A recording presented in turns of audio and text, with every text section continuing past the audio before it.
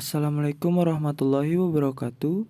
Saya dan teman-teman dari kelompok 2 ingin mempresentasikan teori ekonomi klasik menurut Jean-Baptiste Say, Thomas Albert Malthus, dan David Ricardo.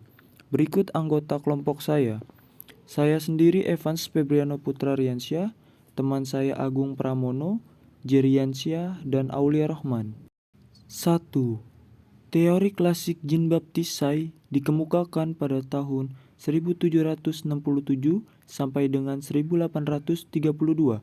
Terhadap aliran klasik ialah pandangannya yang mengatakan bahwa setiap penawaran akan menciptakan permintaannya sendiri atau disebut supply creates own demand.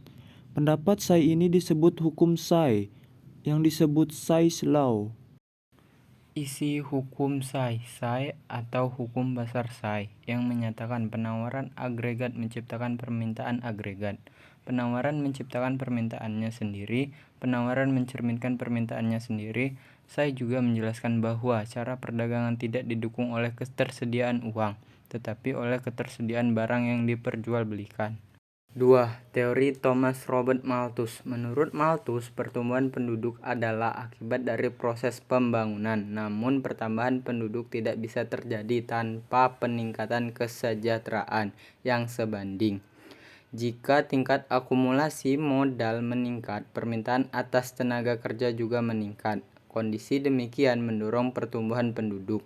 Akan tetapi, pertumbuhan penduduk akan meningkatkan kesejahteraan hanya bila pertumbuhan tersebut meningkatkan permintaan efektif.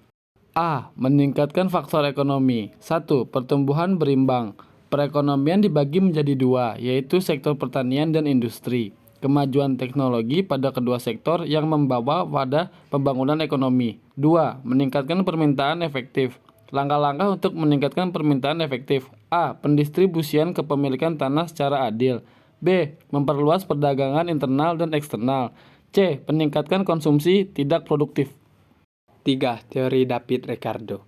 Pemikiran dikemukakan oleh Ricardo adalah ekuivalensi Ricardian yang berpendapat bahwa kebijakan pemerintah untuk membiayai pengeluaran negara, seperti menarik pajak, berhutang, dan menekan defisit, mungkin tidak berpengaruh terhadap perekonomian. Pemikirannya di belakang dikembangkan oleh Robert Barrow di era modern. Pemikiran terkenal Ricardo lainnya adalah kritiknya terhadap proteksionisme dalam sektor pertanian. Pemikirannya mengenai perdagangan lepas sama sekali dan merupakan ekonom yang berperan akbar dalam mengembangkan teori sewa, upah, dan keuntungan. Sekian presentasi teori ekonomi klasik dari kelompok kami. Kurang lebihnya mohon maaf. Wassalamualaikum warahmatullahi wabarakatuh.